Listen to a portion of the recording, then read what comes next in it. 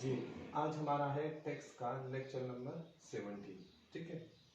Tax में हमने chapter number 2 start किया था, कंप्यूटेशन ऑफ टैक्सेबल इनकम, जो हमारा रिटर्न का सेकंड पार्ट था। और हमने उसमें इनकम फ्रॉम सैलरी स्टार्ट किया था। इनकम फ्रॉम सैलरी हमने बेसिक्स पढ़े, फिर हमने बेनिफिट्स डिस्कस किए, फिर हमने एम्प्लॉय शेयर स्कीम डिस्कस किया। आज हमारा लास्ट टॉपिक है जिसका नाम है टैक्स ऑन टैक्स। ठीक है। टैक्स ऑन टैक्स का टॉपिक समझने के लिए हमें पहले दो किस्म के कॉन्सेप्ट समझने होंगे। ठीक है। एक होता है टैक्स डिडक्टेड एट सोर्स।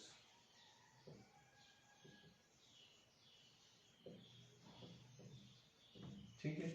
और एक होता है जो हमारा टॉपिक है टैक्स ऑन टैक्स, या इसको हम टैक्स बेनिफिट भी कह सकते हैं, या इसको हम कह सकते हैं टैक्स बॉर्न बाय एम्प्लॉय।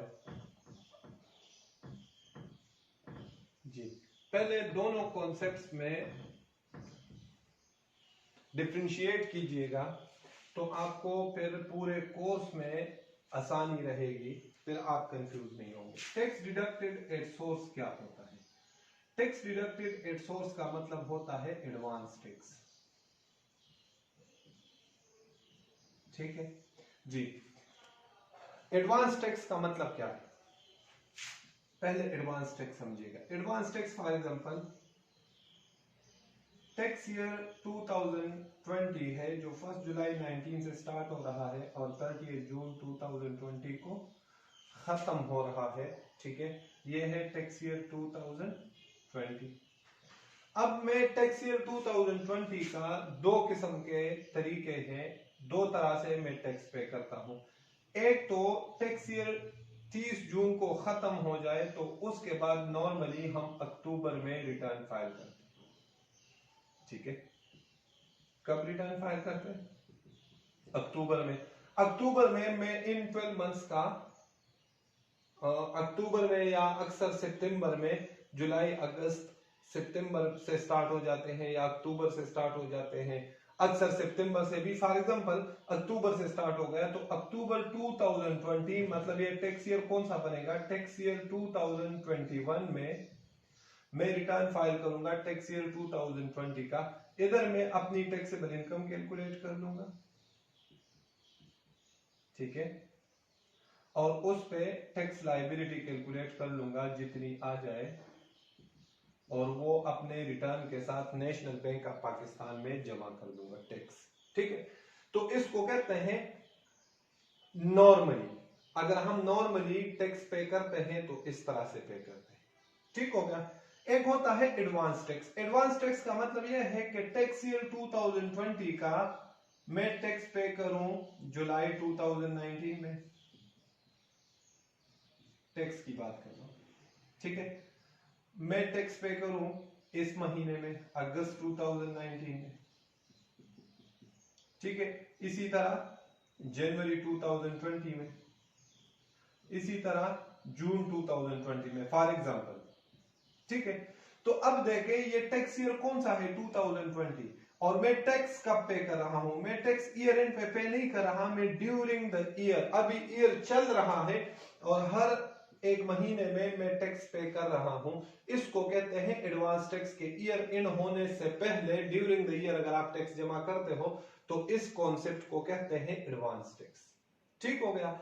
और दूसरा नॉर्मली जब ईयर खत्म हो जाए उसके बाद आप अपना टैक्सेबल इनकम कैलकुलेट करो। अच्छा, एडवांस टैक्स में होता क्या है? एडवांस टैक्स में जब ईयर एंड में मैं पहुंचता हूं और अक्टूबर में मैं अपना रिटर्न फाइल करता हूं तो इधर मैं tax liability calculate taxable income calculate करता हूं। एडवांस टैक्स की बात कर रहा हूं इसकी। ठीक है, अगर मुझे during the year tax deduct हो चुका हो मेरी इनकम से, और यहां पे टैक्स लायबिलिटी कैलकुलेट करता हूं। फॉर एग्जांपल यहां पे टैक्स लायबिलिटी आ रही थी 100 और इधर भी टैक्स लायबिलिटी आ रही है 100। ठीक है, तो इस केस में तो पहले वाले केस में जो ईयर के एंड पे मैं पे करता हूं, मैं पूरे 100 का 100 रुपए गवर्नमेंट को, एफबीआर को जमा करूंगा। लेकिन इधर फॉर एग्जांपल मुझसे जुलाई में 10 रुपए टैक्स कट गया था, 10 रुपए अगस्त में कट गया था, एज्यूम करते हैं 10 रुपए जनवरी में और 10 रुपए जून में। टोटल ड्यूरिंग द ईयर मैंने टैक्स जमा किया है 40 रुपीज और पूरे साल का मेरा टैक्स बना। इधर एक और कंपैरिजन भी आपको पता चल जाएगा, एक टैक्स लायबिलिटी का वर्ड होता है और एक टैक्स पेएबल का वर्ड होता है, ठीक है। इसको आप टैक्स लायबिलिटी भी कह सकते हो और इसको पेएबल भी कह सकते हो। टैक्स लायबिलिटी और पेएबल में फर्क क्या है समझिएगा। टैक्स लायबिलिटी कहते हैं पूरे साल के टैक्स को, पूरे साल के टैक्स को क्या कहते हैं, टैक्स लायबिलिटी। अब भी मैंने कितना पे करना है मजीद, तो मेरे पूरे साल की टैक्स लायबिलिटी एडवांस टैक्स के केस में 100 रुपए बन रही थी, लेकिन ड्यूरिंग द ईयर मैंने 40 रुपीज जमा किए हैं। तो लॉ कहता है भाई जो आपने जमा किया है हमें वो लेस कर दो, तो हम कहते हैं tax deducted at source, less tax deducted at source. Tax liability में से कितना है 40 रुपीज, तो कितना बचा 60 रुपीज। इस 60 रुपीज को कहते हैं टैक्स पेएबल। जो मैंने अभी साल के आखिर में रिटर्न के साथ जो जमा करना है उसको कहते हैं टैक्स पेएबल। वो कितना बचा 60 रुपीज।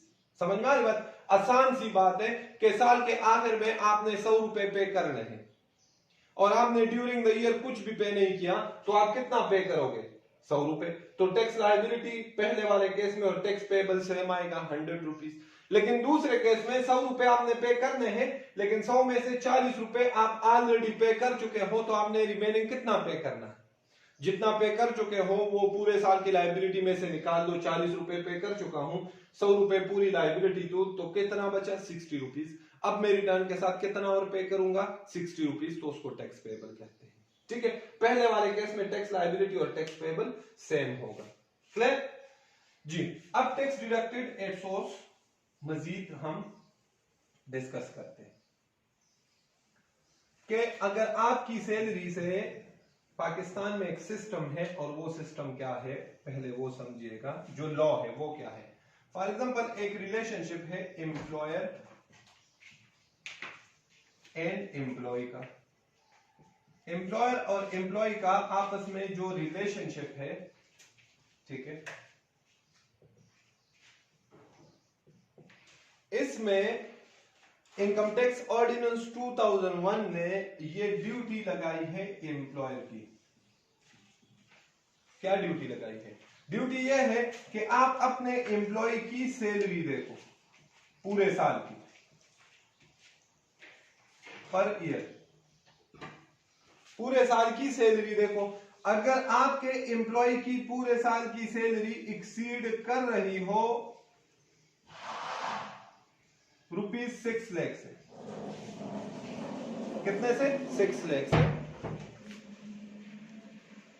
ठीक है।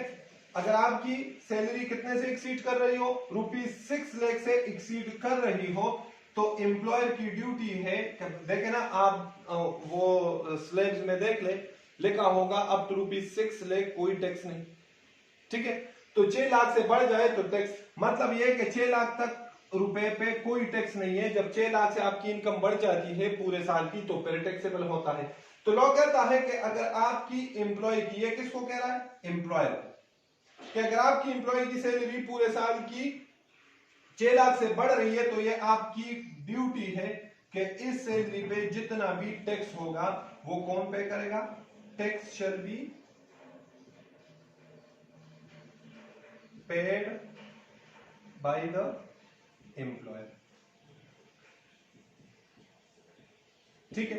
टैक्स कौन पे करेगा, गवर्नमेंट ने ड्यूटी लगाई है कि भाई आपके अब्दुर्रहमान की सैलरी पे अगर टैक्स बनता है फॉर एग्जांपल 10,000 पूरे साल का, तो ये टैक्स मुझसे एफबीआर मांगेगा, लेकिन पहली प्रायोरिटी ये है कि ये प्रोविजन है लॉ में कि ये टैक्स अब्दुर्रहमान का सीपी पे करेगा।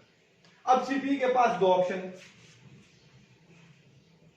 सीपी के पास कितने ऑप्शन है, दो। या तो अब्दुर्रहमान की सैलरी से, फॉर एग्जांपल अब्दुर्रहमान की सैलरी है 10,000, ठीक है, पर मंथ, और पूरे साल का टैक्स बनता है 10,000, तो अब्दुर्रहमान की हर महीने की सैलरी से टैक्स डिडक्ट करे। फॉर एग्जांपल 1,000 रुपए डिडक्ट करता है कि पहले 10 महीने हम 1000 रुपए डिडक्ट करेंगे, आपको नेट सैलरी 10 महीनों की मिलेगी 9000, फिर 2 महीनों की 10-10 हजार मिल जाएगी, क्योंकि पूरे साल का टैक्स बनता है। तो इधर देखें, टैक्स किसका है? अब्दुर्रहमान का। पे कौन कर रहा है? अब्दुर्रहमान। ठीक हो गया। लेकिन चैनल कौन सा है, किसके थ्रू पे किया जा रहा है? सीपी। सीपी ये नहीं कहेगा, सीपी ये बताएगा एपीआर को कि अब्दुर्रहमान का टैक्स है, मैंने उसकी सैलरी से डिडक्ट किया, मतलब ये एक कलेक्टिंग एजेंट है। ये डिपार्टमेंट का क्या है? एजेंट बन जाता है टैक्स कलेक्शन के लिए। जैसे आपका घर है और आप किसी बंदे को रख देते हो कि जाके यार मेरा रेंट कलेक्ट कर लो, ठीक है, तो वो बंदा आपके बिहाफ पे, वो मालिक नहीं होता, जैसे वार्डन हमें कहते हैं, वो आप मालिक नहीं होता, वो आपके बिहाफ पे लोगों से जो टेनेंट होते हैं उनसे रेंट कलेक्ट करते हैं। इसी तरह सीपी को हमने टैक्स पे नहीं करना, हमने टैक्स किसको पे करना है? एफबीआर को। लेकिन एफबीआर ने अपना एजेंट अपॉइंट किया, किसको? सीपी को, कि सीपी जो तुम्हारे एम्प्लॉइज है उसके सैलरी पे जितना टैक्स बनता है वो तुम मुझे करोगे। तो सीपी के पास दो ऑप्शन है कि एम्प्लॉय की सैलरी से वो टैक्स अमाउंट डिडक्ट करे और वो टैक्स किसको पे कर दे? एफबीआर को पे कर दे। दूसरा ऑप्शन क्या है? दूसरा ऑप्शन ये है कि सीपी अपने एम्प्लॉइज की सैलरी से कुछ भी डिडक्ट ना करे, कुछ भी डिडक्ट ना करे, और जो टैक्स की अमाउंट है वो एडिशनली सैलरी के साथ एडिशनली वो पे कर दे, किसको? डिपार्टमेंट। मतलब अब्दुर्रहमान को हर महीने सैलरी कितनी मिल रही है? 10 के 10,000, ठीक है, कि मतलब एम्प्लॉय है ना अब्दुर्रहमान। ये वाला काम जो है ये सीपीई का, एम्प्लॉयर का और एम्प्लॉय का आपस में पहले से at the time of contract decide होता है। वो कैसे डिसाइड होता है कि एम्प्लॉय कहता है कि जनाब मेरी सैलरी पे जितना भी टैक्स बनेगा पूरे साल का वो मैं पे नहीं करूंगा, टैक्स तो होगा मेरा लेकिन पे आप करोगे। समझ में आ रही बात? ये वाला, इस वाले काम को कहते हैं टैक्स डिडक्टेड एट सोर्स। इसको क्या कहते हैं? Tax deducted at source. और इस वाले काम को कहते हैं टैक्स बेनिफिट। ठीक है, ये बेसिक सा कॉन्सेप्ट था जो मैंने आपको समझा दिया। अब हम 1 बाय 1 डिटेल में डिस्कस करते हैं कि ये होता क्या। ठीक हो गया जी। ये बहुत इंपॉर्टेंट है, जो बेसिक कॉन्सेप्ट है ये आपको समझ में आ जाए। ठीक है,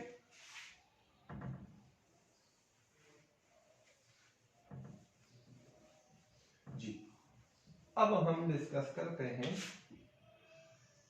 पहले टैक्स डिडक्टेड एट सोर्स।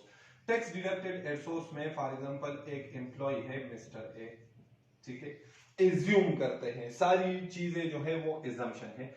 इसकी सैलरी इनकम है per month, salary per month है फॉर एग्जांपल। मैं कह रहा हूं सारी चीजें एज्यूम करनी है, फिगर्स पे आपने तवज्जो नहीं देना कि ये सर तो गलत है, टैक्स तो इतना नहीं बनता। आपने कॉन्सेप्ट पे, salary for example per month है मिस्टर ए की ₹1 लाख, ठीक है, और इस पे पूरे साल का फॉर एग्जांपल टैक्स रेट्स में देख के जो टैक्स लायबिलिटी बनती है वो बनती है, टैक्स लायबिलिटी पूरे साल की, ठीक है, वो बनती है ₹24,000, ठीक है। अब टैक्स डिडक्टेड एट सोर्स में एम्प्लॉयर क्या करता है? एम्प्लॉयर कहता है कि मिस्टर ए आपकी ग्रॉस सैलरी है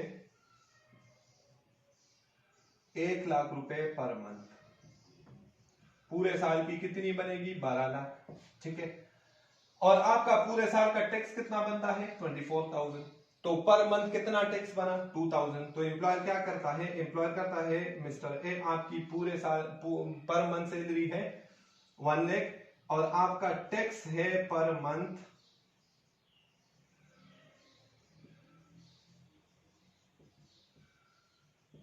24,000 पूरे साल का, तो पर मंथ कितना हुआ? 2,000। तो मैं आपको हर महीने जो नेट सैलरी पे करूंगा वो कितनी पे करूंगा? 98,000। देखिए, अब ये जुलाई की सैलरी है, हमारे टैक्स ईयर के पहले महीने की।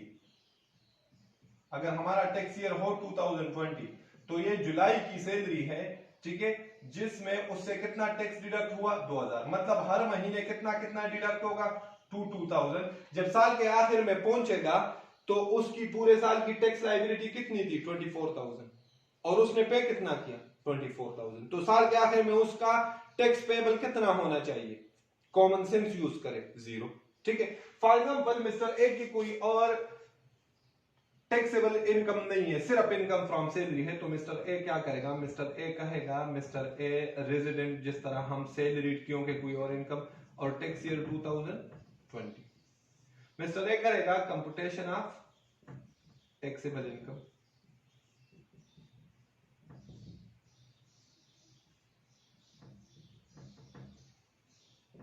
ठीक है, टैक्सेबल इनकम में कौन सी इनकम है, सिर्फ और सिर्फ for example income from salary है।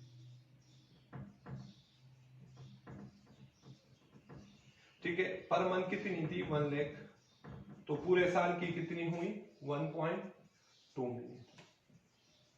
जी, कुछ बच्चे सोचेंगे कि सर उसको तो सैलरी मिली है पर मंथ 98,000, आपने 1 लाख क्यों लिखा। एक एडवांस लेवल का कॉन्सेप्ट दे रहा हूं, आगे जाके पढ़ेंगे, याद रखिएगा, ये मेरी बात याद रखिएगा, कहीं पे लिख लीजिएगा।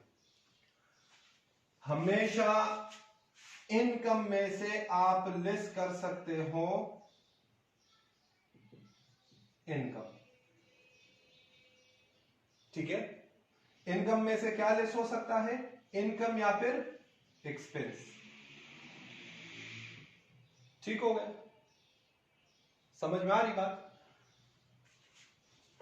पहली बात तो यह है कि सैलरी में किसी भी किस्म का डिडक्शन नहीं अलाउ। हमेशा आपने कौन सी सैलरी लेनी है, ग्रॉस सैलरी। ये जो इधर आपने लेस किया है 2000, क्या ये इनकम की अमाउंट है या टैक्स की अमाउंट, तो ये टैक्स की अमाउंट है। टैक्स के जितने भी एडजस्टमेंट्स है वो टैक्स वाले पोर्शन में करने हैं, इनकम में जितनी भी एडजस्टमेंट है वो इनकम वाली पोर्शन में करने। समझ में आ रही बात, इधर जो लेस हो रहा है ये क्या है, टैक्स है।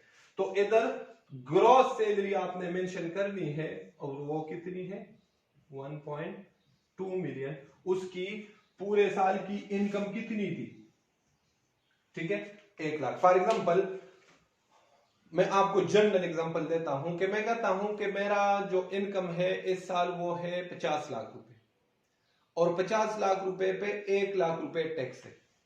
ठीक है, तो मैं टैक्स कितने पे दूंगा, 50 लाख पे दूंगा कि 49 लाख? भाई मैं टैक्स दूंगा 50 लाख पे। ये जो 1 लाख रुपए टैक्स है ये कितने पे है, 50 लाख पे है। तो मेरी इनकम कितनी शो होनी चाहिए, 50 लाख। तो इसी तरह ये 12 लाख रुपए के ऊपर 24,000 टैक्स था। समझ में आ रही बात। तो ये आ गई आपकी टैक्सेबल इनकम। ठीक है, इसके बाद टैक्स लायबिलिटी वो हमने एज्यूम किया था कि फॉर एग्जांपल पूरे साल का टैक्स है 24,000। ठीक है, तो आप बताएं कि मिस्टर ए ने ड्यूरिंग द ईयर उसके एम्प्लॉयर ने उसकी सैलरी से कितना डिडक्ट किया, टैक्स डिडक्टेड एट सोर्स 24,000। तो 24,000 यहां पे लेस कर दे तो टैक्स पेबल कितना आ जाएगा, ये आ जाएगा टैक्स पेबल। अब रिटर्न के साथ उसने कितना पे करना है, कुछ भी नहीं। जितना उसका टैक्स था उसका एम्प्लॉयर हर महीने उसकी सैलरी से डिडक्ट कर रहा था और वो डिपार्टमेंट को पे किया जा रहा था। तो कंक्लूड क्या हुआ, मैंने आपको कॉन्सेप्ट भी समझा दिया, लेकिन कॉन्सेप्ट अगर याद ना हो तो इतनी बात तो याद रख सकते हैं कि tax deducted at source during the year जितना भी हो वो हम टैक्स लायबिलिटी में से लेस करते हैं। सिंपल, सिर्फ एक जगह पे ट्रीटमेंट है, प्रेजेंटेशन याद कर ले, आहिस्ता आहिस्ता ये चीजें आपको नजर आएंगी तो आपको समझ आ जाएंगी। टैक्स डिडक्टेड एट सोर्स, ये बात पल्ले से बांध ले कि टैक्स डिडक्टेड एट सोर्स सिर्फ और सिर्फ कहां से लेस करेंगे, टैक्स लायबिलिटी। जब न्यूमेरिकल सॉल्व करेंगे तो उसमें कहां पे लेस करेंगे, टैक्स लायबिलिटी।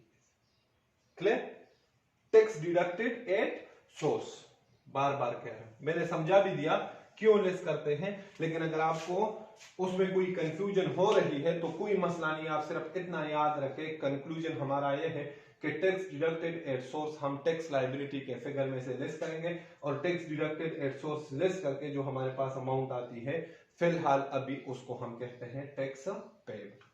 क्लियर जी। अब आते हैं टैक्स ऑन टैक्स के ऊपर।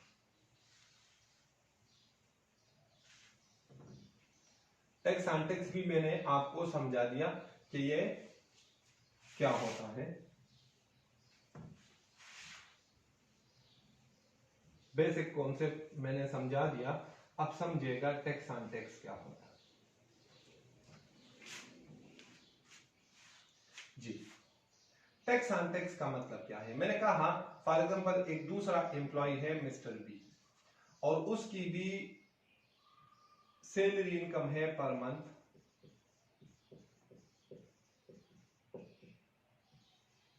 ₹1,00,000, और उसका पूरे साल का टैक्स लाइबिलिटी बनती है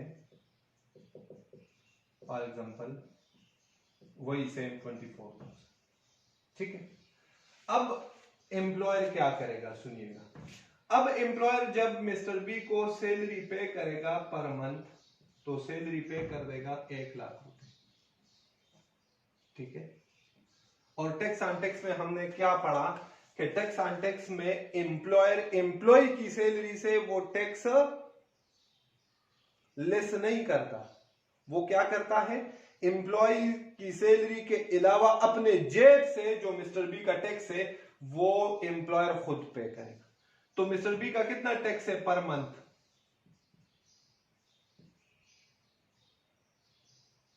कितना है? 2,000। एज्यूम कर ये टैक्स एम्प्लॉय की सैलरी में से डिडक्ट नहीं हो रहा, बल्कि ये क्या, टैक्स पेड बाय एम्प्लॉयर या बॉर्न बाय एम्प्लॉयर, जो मैंने नाम लिखवाया था, टैक्स पेड बाय एम्प्लॉयर। अब मुझे आप एक बात बताएं, आंसर करें कि ये टैक्स किसका था? ये किसका टैक्स है? तो ये टैक्स है किसका? मिस्टर बी का। तो मिस्टर बी का टैक्स फॉर एग्जांपल मेरे बिजली का बिल आ जाए, दोनों सेम चीज है, एग्जांपल दे रहा हूं समझिएगा। मेरा बिजली का बिल आ जाए घर का, ठीक है, और वो बिल मेरी जगह सीपी पे कर दे, तो वो बिल किसका था?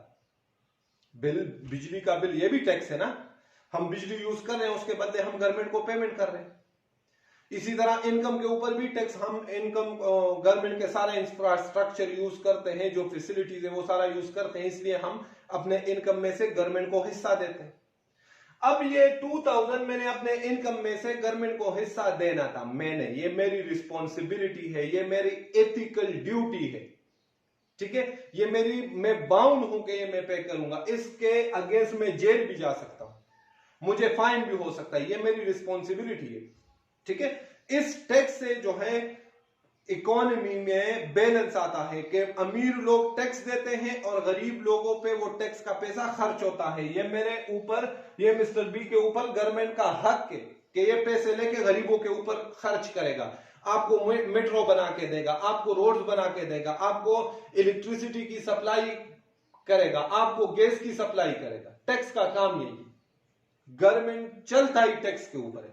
तो मिस्टर बी ने, ये उसकी ड्यूटी है कि ये टैक्स पे करेगा 2,000। जैसे मैंने कहा मेरे घर के बिजली का बिल है, मेरी जगह सीपी ने पे कर दिया, तो आप थोड़ा सोचिएगा सीपी के साथ मेरा रिलेशनशिप क्या है? एम्प्लॉय।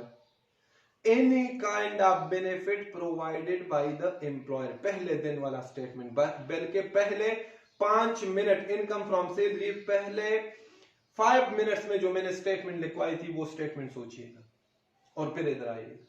तो अगर सीपी मेरे घर के बिजली का बिल पे करेगा तो वो मेरी इनकम फ्रॉम सैलरी, हमने पढ़ा था, एग्जांपल्स भी किए थे। तो सेम उसी तरह ये बिजली का बिल तो नहीं है लेकिन टैक्स है, ये भी गवर्नमेंट को मैंने पे करना है। Mister B is legally bound to pay this, और गवर्नमेंट उससे लेगा। लेकिन गवर्नमेंट को मिस्टर बी का टैक्स मिल गया, एफबीआर को मिल गया, क्या ये पैसे मिस्टर बी के जेब से गए हैं? तो इसका आंसर क्या है? नो। ये पैसे किसने पे किए हैं? बी की जगह, एम्प्लॉयर। तो ये बेनिफिट हुआ, any kind of benefit, any kind में किसी भी किस्म का फायदा। बी ने टैक्स पे करना था, बी ने पे नहीं किया, उसके एम्प्लॉयर ने पे किया, तो बी को फायदा हुआ। तो any kind of benefit provided by the employer to his employ shall be taxable under the head income from salary. याद है जी। तो इस कॉन्सेप्ट को, ये 2000 मिस्टर बी की इनकम फ्रॉम सैलरी होनी चाहिए। तो लॉ कहता है कि मिस्टर बी की टैक्सेबल सैलरी एक महीने की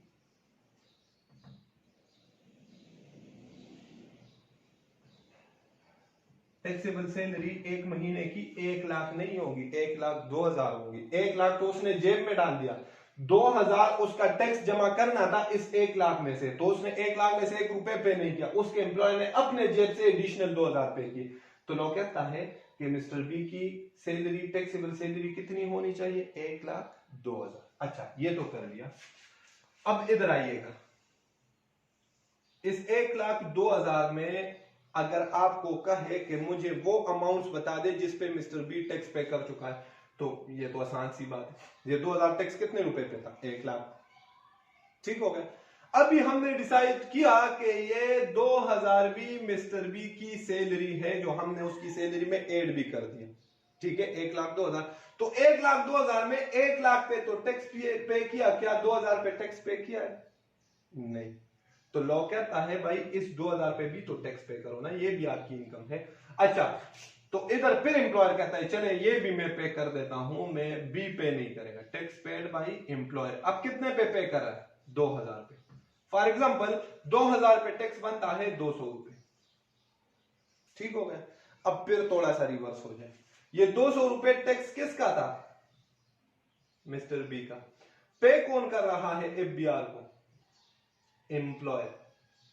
तो एनी काइंड ऑफ बेनिफिट, तो लॉ कहता है मिस्टर बी आपकी income from salary, taxable salary 1,02,000 नहीं है, आपकी टैक्सेबल सैलरी है 1,02,200 रुपए। ठीक हो गया। तो बी कहता है ठीक है। बी को कहता है अच्छा फिर इसको थोड़ा सा हम इवेल्युएट कर लेते हैं, इसमें मुझे बताए कि इसमें 1,00,000 रुपए पे टैक्स हो गया जी, हो गया। 2,000 रुपए पे टैक्स हो गया जी, हो गया। एक्स्ट्रा कितने बचे? 20 रुपए। क्या इस पे मिस्टर बी आपने टैक्स पे किया है? मिस्टर बी का आंसर क्या होगा? नो। कहता है इस पे भी टैक्स पे करे ना, तो एम्प्लॉयर कहता है अच्छा इस पे भी मैं पे कर देता हूं, टैक्स पेड बाई एम्प्लॉय। इसके साथ मैं मेंशन कर लेता हूं, ये जो टैक्स 2,000 है ये कितने पे है? 1,00,000 पे। ये जो है ये 2,000 पे, और ये जो टैक्स आप पे कर रहा है ये कितने पे कर रहा है? 200। फॉर एग्जाम्पल 200 पे टैक्स बनता है 20 रुपए, तो फिर ये टैक्स किसका था? मिस्टर बी का था। पे कौन कर रहा है? एम्प्लॉय। तो मिस्टर बी की इनकम फ्रॉम सैलरी में ऐड होना चाहिए। तो लॉ कहता है मिस्टर बी आपकी टैक्सेबल सैलरी तो 1,02,200 नहीं है, 1,02,220 रुपए। फिर आ जाए इसको इवेल्युएट करें, इन तीनों पे टैक्स हो गया, 1,02,000 पे भी हो गया। ठीक है, सॉरी, हाँ, ये 200 रुपए पे टैक्स आ गया 20 रुपए। 200 रुपए पे कितना टैक्स आ गया? 20 रुपए जी। 200 पे भी टैक्स हो गया। अब जो 20 रुपए टैक्स आया है, क्या इस पे जो बेनिफिट है एम्प्लॉय की तरफ से और आपने मिस्टर बी की सैलरी बना ली, क्या इस पे टैक्स पे कर चुका है? नहीं पे किया। लॉ कहता है इस पे भी टैक्स पे करो। फॉर एग्जाम्पल इस 20 रुपए पे टैक्स बनता है 2 रुपए। कितना? 2। तो फिर वही वाली बात, एनी काइंड ऑफ बेनिफिट, कहता है इसको सैलरी में बना दे, तो यह है 1,02,222। फॉर एग्जाम्पल यहां तक हम आके कहते हैं तो मिस्टर बी की टैक्सेबल सैलरी क्या हो? 1,02,220 रुपए। तो अब हम इधर आ जाते हैं, अगर मैंने मिस्टर ए की इनकम फ्रॉम सैलरी फाइंड की, वही format computation of taxable income पे आया, साल खत्म हो गया, अब साल के आखिर में मैं काम कर रहा हूं, तो tax income from salary 1 lakh multiply by 12 कितनी आ गई? 1.2 मिलियन। ठीक है, इधर इनकम फ्रॉम सैलरी में मैं ऐड करूंगा, याद रखिएगा किसमें? इनकम फ्रॉम सैलरी में टैक्स पेड बाई एम्प्लॉयर, क्योंकि ये एम्प्लॉयर की तरफ से बेनिफिट है। ये वर्किंग से आएगा मेरे पास, ठीक हो गया। फिर मेरे पास आ जाएगी टैक्सेबल इनकम या टैक्सेबल सैलरी, जो भी हो टैक्सेबल इनकम आएगी, ठीक है। क्योंकि अब इधर मैं करूंगा टैक्स लायबिलिटी, फाइंड कर लूंगा रेट्स में से, ठीक है। टैक्स लायबिलिटी जितनी भी आई तो वहां से मैं लिस्ट करूंगा टैक्स पेड बाय एम्प्लॉयर। जो मिस्टर बी का टैक्स था वो ऑलरेडी एम्प्लॉयर पे कर चुका है, मिस्टर बी ने साल के आखिर में कुछ भी पे नहीं करना। जितना इधर ऐड किया है उतना इधर लेस कर दूंगा, इसके बाद जो फिगर आएगा वो मेरे पास टैक्स पेड जी। ये था टैक्स ऑन टैक्स, ठीक हो गया। टैक्स ऑन टैक्स और टैक्स डिडक्टेड एट सोर्स में कंक्लूड करते हैं क्या डिफरेंस है। टैक्स ऑन टैक्स पहले सैलरी में ऐड होगा, याद रखें किस में ऐड करना है, सैलरी में, और फिर टैक्स लायबिलिटी में से लेस करना है। और टैक्स डिडक्टेड एट सोर्स सिर्फ और सिर्फ टैक्स लायबिलिटी में लेस करना है, ये मेन डिफरेंस।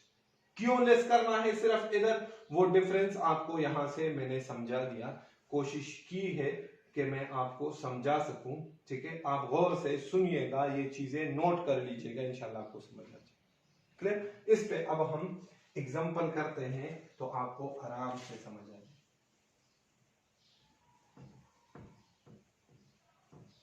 वर्किंग में कैसे टैक्स ऑन टैक्स का वर्किंग जो है वो आपने करना है, किस तरह से करना है, वो वर्किंग का तरीका मैं आपको समझाता हूं, ठीक है। ये है हमारा एग्जांपल नंबर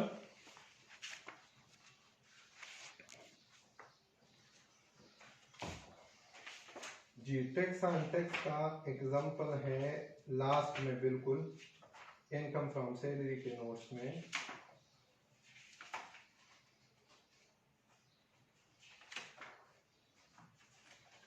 जी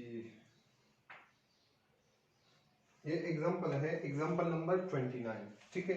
आप देखिए requirement, calculate taxable income and tax liability thereon. Mister Khan provided you the following information. Basic salary is ₹1 lakh per month, house rent allowance is ₹10,000 per month, conveyance allowance is ₹15,000 per month, tax is to be borne by employer. Underline करें, जब ये given हो tax is to be borne by employer, इसका मतलब क्या होता है, tax on tax. इसके साथ लिख ले कि इसका मतलब क्या होता है, टैक्स ऑन टैक्स। जो मिस्टर खान के सैलरी पे इनकम पे टैक्स होगा वो कौन पे करेगा, उसका एम्प्लॉयर, ठीक है।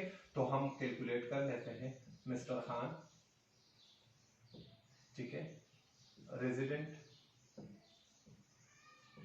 सैलरीड और नॉन सैलरीड, सबसे टैक्सेबल इनकम के बाद टैक्स ईयर क्या है 2017, हमारे लिए टैक्स ईयर 2020 हो जाएगा, या 17 कर ले, उन्होंने क्वेश्चन में लिखा नहीं है, आप लिख ले फॉर द रिक्वायरमेंट में for the year ended tax year 2017 जी। वर्किंग वन में मैं इनकम फ्रॉम सैलरी कैलकुलेट करूंगा, ठीक है। Income from salary, basic salary कितनी है, बेसिक सैलरी है 1 लाख पर मंथ, तो पूरे साल की कितनी हो जाएगी 1.2 मिलियन, ठीक है। इसी तरह हाउस रेंट अलाउंस है 10,000 पर मंथ,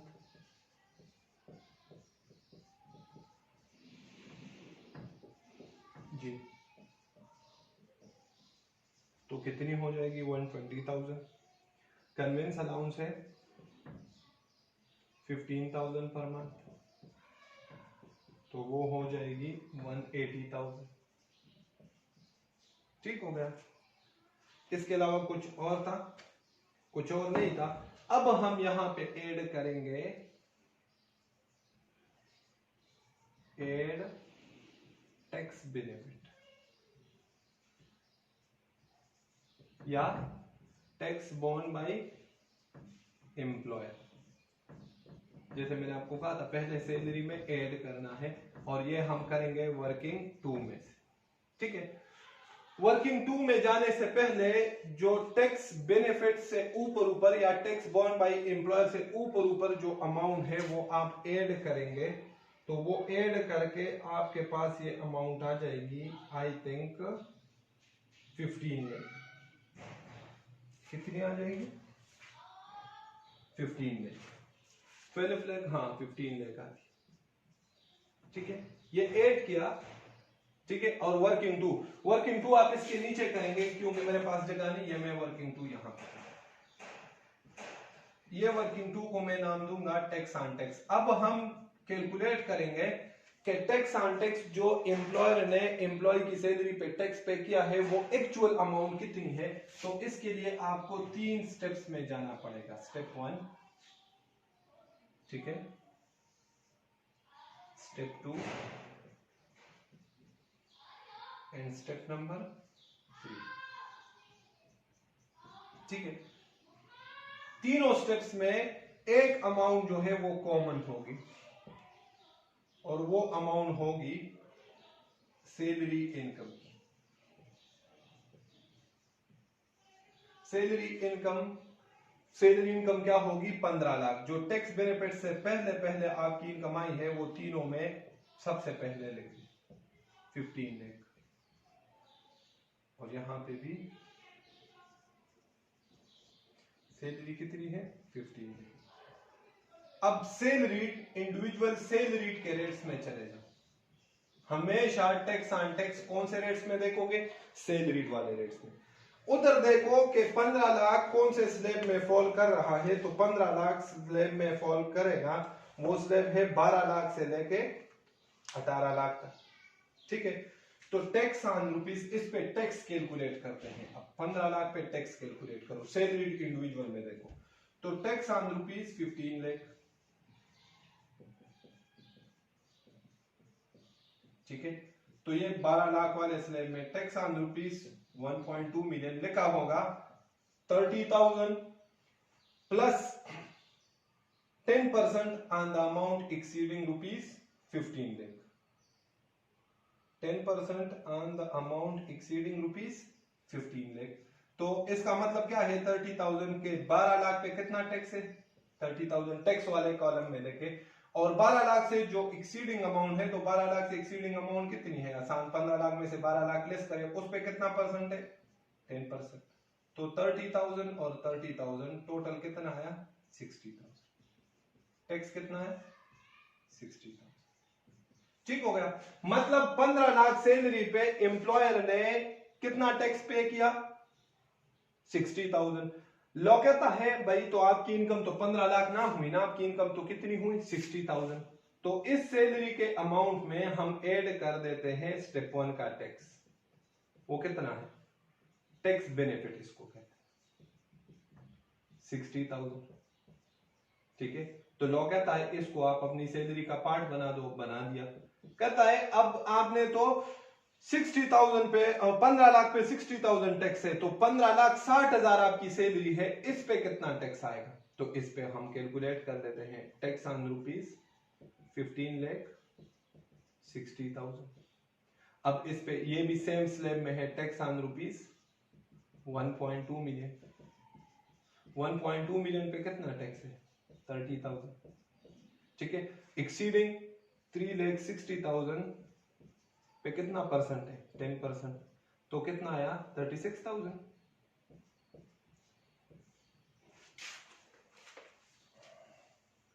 स्टेप 2 में 36,000 आता है ना, तो दोनों को ऐड करके कितना आया 66,000।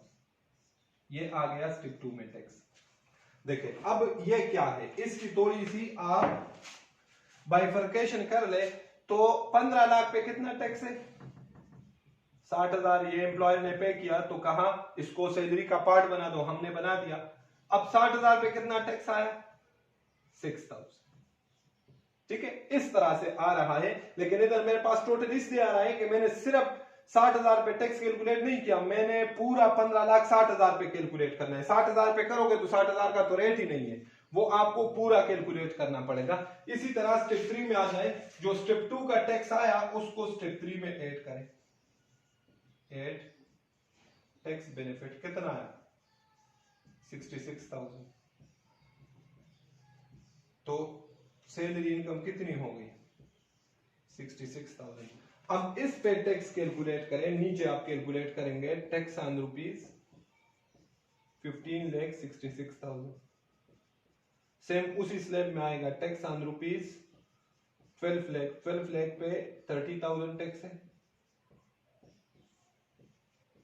कितना टैक्स है? 30,000। और जो 12 लाख से ऊपर है 3,66,000 उस पे 10%, तो ये आ गया 36,600 आ जाएगा आई थिंक। ठीक हो गया। इसको ऐड कर दे तो ये आ गया 66,600। तो 6,000 पे कितना टैक्स आया? 6,000 पे टैक्स आया 600। समझ में आ रही बात? ठीक है। अच्छा, 3 स्टेप्स में आप चौथे स्टेप में जाओगे 5वें में, तो यहां पे ये जो डिफरेंस है ना, ये वाला 60,000, इधर 54,000 का डिफरेंस आया, इधर फिर 5,400 का डिफरेंस आया। ठीक है, अब कम हो रहा है। अब 600 की जगह अगला आपका आएगा 60। ठीक है, और अगले 5वें स्टेप में फिर 0 पे पहुंच जाएगा। तो आप 3 स्टेप्स में करें, 3 स्टेप्स काफी है। ठीक है जी। तो ये था वर्किंग नंबर 2। अब वर्किंग 2 से जितना लास्ट स्टेप 3 में जो टैक्स लायबिलिटी आ गई, टैक्स की अमाउंट वो कितनी आ गई? 66,600। वो यहां पे सैलरी में ऐड कर और रेफरेंस दे दे वर्किंग 2 का। अब ये आपकी टैक्सेबल सैलरी इनकम आ जाएगी। क्या चीज आ जाएगी? टैक्सेबल सैलरी इनकम जो आ गई 15,66,600। ठीक हो गया भाई? क्लियर जी। अब हम आ जाते हैं मेन सॉल्यूशन के ऊपर।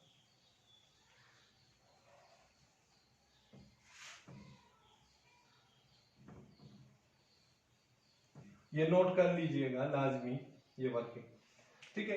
अब कंप्यूटेशन ऑफ टैक्सेबल इनकम।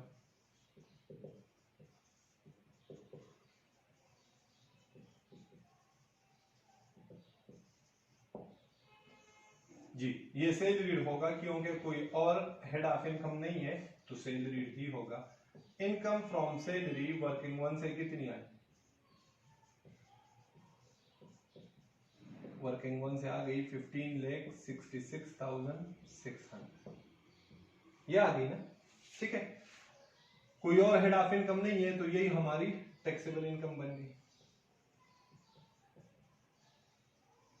15,66,600। ठीक है। अब इस पे टैक्स लायबिलिटी कैलकुलेट करते हैं। Computation of tax liability. तो टैक्स ऑन रुपीज 56,66,600। तो टैक्स ऑन रुपीज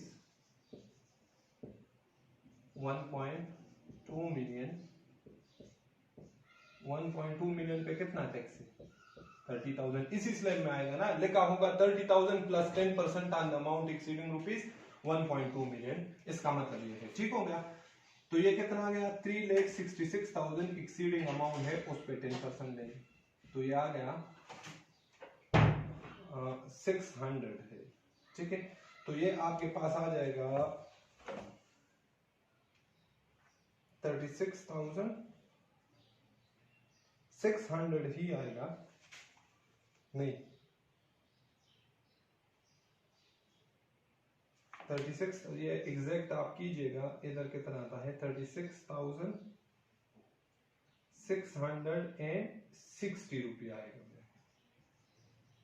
इतना आएगा ना जी। तो ये टैक्स लायबिलिटी आ जाएगी 66,660। ये क्या आ गया आपके पास? Tax liability. ठीक है।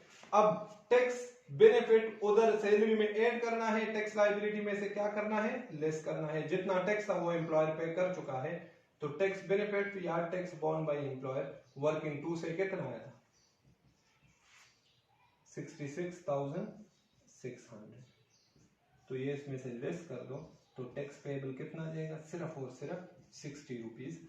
अगर ऐसा केस हो तो मिस्टर हान साल के आखिर में अपनी रिटर्न के साथ कितना टैक्स पे करेगा? 60। बाकी जो 66,600 था वो उसका एम्प्लॉयर पे कर चुका है जी। इसके बाद है एग्जांपल नंबर 30, वो खुद से कीजिएगा। सेम उसी तरह है, टैक्स बॉर्न बाय एम्प्लॉयर। उसमें बिजनेस इनकम है सैलरीड और नॉन सैलरीड, लेकिन टैक्स ऑन टैक्स का वर्किंग स्टेप वाले वो हमेशा इंडिविजुअल सैलरीड वाले रेट्स पे करने हैं। यहाँ पे जब आ जाए तो आपके पास ये सैलरीड और नॉन सैलरीड आ सकता है, लेकिन वो वाला वर्किंग हमेशा किस पे करना है, इंडिविजुअल सैलरीड पे। ठीक हो गया। इसके बाद है एग्जांपल नंबर 31। इसमें लिखा है एग्जांपल नंबर 31 में देख लीजिएगा, tax of ₹10,000 will be borne by employer. जब ये अमाउंट आपको बता देना तो उसने आपकी जिंदगी आसान कर दी, वर्किंग टू करने की जरूरत नहीं है, ये वाली वर्किंग। इधर सीधा सीधा 10,000 ऐड कर दे, इधर 10,000 लेस कर दे, वो उसने आपको अमाउंट कैलकुलेट करके दी कि एम्प्लॉयर ने इतना टैक्स पे किया है। ठीक है। एग्जांपल नंबर 32 में है, एम्प्लॉयर विल हिमसेल्फ पे टैक्स ऑन द सैलरी। इसका मतलब भी टैक्स बोर्न बाय एम्प्लॉयर। ठीक है, एम्प्लॉयर विल हिमसेल्फ, हाँ ठीक है। इसके बाद है एग्जांपल नंबर 33। एग्जांपल नंबर 33 में लिख रहा है, tax deducted from salary is ₹10,000। अब ये टैक्स डिडक्टेड सिर्फ एग्जांपल नंबर 33 में उसने लिखा एग्जांपल टैक्स डिडक्टेड, तो टैक्स डिडक्टेड यहाँ पे ऐड नहीं होना, सिर्फ और सिर्फ यहाँ पे लेस होना है। तो ये 10,000 आप सिर्फ एग्जांपल 33 में टैक्स लायबिलिटी में से लेस करोगे, सैलरी में ऐड नहीं करोगे। और इसका अगला एग्जांपल नंबर 34 है, जो लास्ट एग्जांपल है, वो है salary income earn part of the year, के साल में कुछ अर्सा आपने जॉब की जैसे 8 महीने, तो फिर सैलरी आप सिर्फ, ये टर्मिनल बेनिफिट्स में हमने पढ़ा था, तो फिर हम सिर्फ 8 महीनों की कैलकुलेशन करते हैं, पूरे साल की नहीं करते। जी ये कंप्लीट हो गया। अगले लेक्चर में हम इंशाल्लाह इसके पास पेपर्स करेंगे, इनकम फ्रॉम सैलरी। ओके जी, अल्लाह हाफिज़।